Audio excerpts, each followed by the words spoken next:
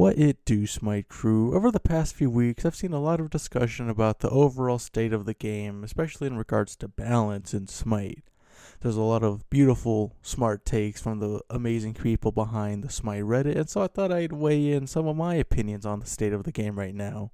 So without further ado, let's get right into it. We'll start off with an easy one with soul surges. Is there really anyone out there who really cares about these things? I ran a poll on my channel not too long ago, and there was a very small minority of people who actually even had anything positive to say about them. The vast majority results on the poll were either neutral to negative. And I'll be honest, I really don't care about them as this season's staple or whatever. I've never been affected by them at all. All they've ever really done is stop my back. So, I really do not care about these things. One thing I do really like, though, is the beacons. I love fighting for beacon control. If we get a 3-0 sweep on beacons, then I'm going to be pretty happy. And when it comes to the Titan fights themselves, it's kind of hit or miss sometimes, actually.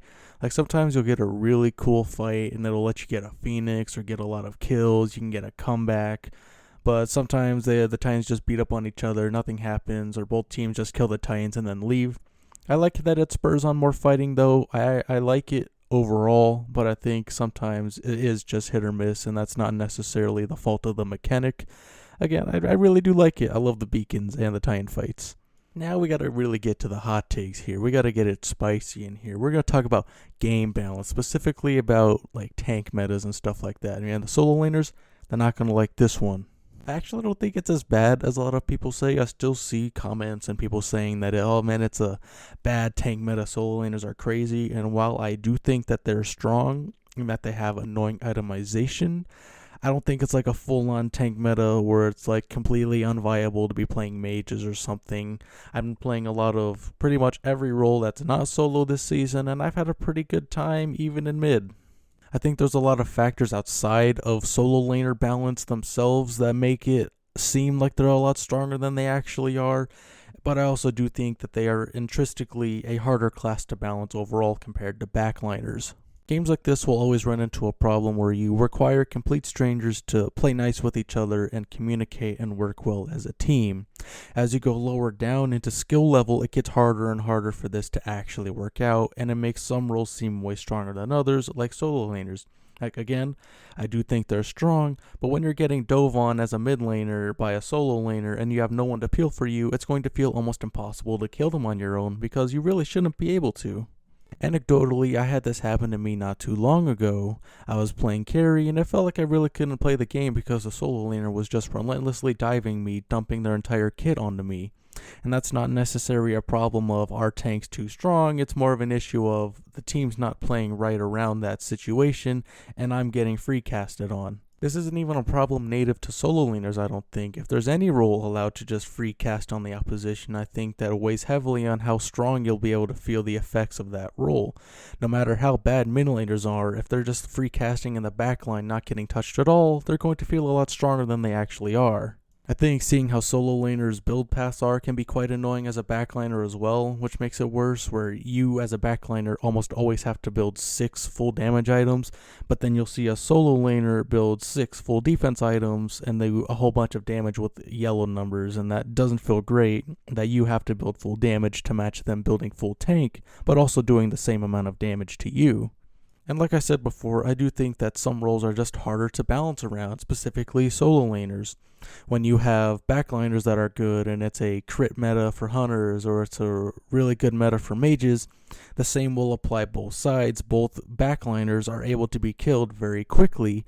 That doesn't happen with solo laners because they're tanky. If a backliner is caught out of position no matter the meta, they're almost guaranteed to be dead if they don't have the right actives or anyone to peel for them. That same thing isn't true when it comes to solo laners, especially when they're good. You have a lot more leeway as a tank in this game, and I think that's why you'll see a lot of new players gravitate towards playing support, because you have that additional layer of you can get caught out and it's less punishing. Obviously it's not great, but it's still less punishable than a backliner being caught out of position. This isn't to say that I think that solo laners should always be bad. In fact, it's quite opposite. Every role should have their time in the spotlight. It's just a lot harder to balance solo laners in general. If you give them too much damage, you're making backliners obsolete, because why build full damage when you could not build full damage and still do a lot of damage?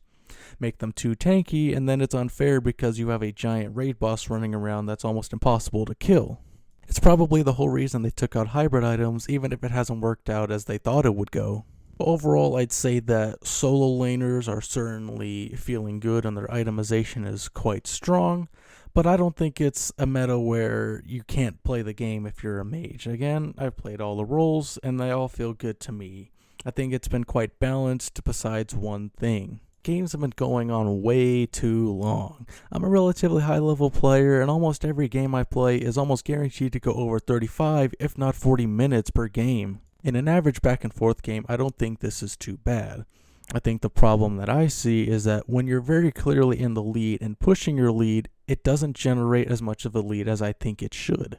Snowball is always going to be a part of games like this, and when it is too strong, it is way too oppressive and it makes the game not fun. That much I do agree with. The problem is it's rolled too far in the other direction, I think. I think it's common to see games where you're completely outplaying the other team both in micro and macro play, and you're only getting a couple thousand gold lead 20 minutes in, and it makes no sense. You're invading buffs, you're getting kills, you're getting objectives, and you're still not that far ahead. The enemy team still has plenty of room to come back. There are some games where we'll feel like we're completely stomping, and then we'll look at the scoreboard and we're not really that far ahead. We'll continue stomping, feeling like we're invincible, and the game will still take over 35 minutes to complete. If you're making all of the correct moves to win the game, I don't see a reason why you shouldn't be able to close out games faster. If I was in like a lower level lobby like gold or below, then I'd understand it because we probably aren't making the right, plays to end the game faster. But if I'm in Diamond Plus and Masters and we're just completely outplaying the enemy team, it shouldn't take us 40 minutes to close out a game that's just a complete stomp. I feel like I've been on the other side of it as well a lot of times, where it's like we're very clearly losing the game by a lot, and I'm still telling my homie, I'm like, hey, why are we still in this game? We're getting like absolutely shit stomped, and it's like 45 minutes deep into the game still. I don't really know the reason why it feels like this. Maybe it's the overall time to kill and having less damage on objectives and the tie-in overall, but it just feels like games run way too long for what they should be. If they're even games, that's fine. That makes sense that you'll have a long back and forth.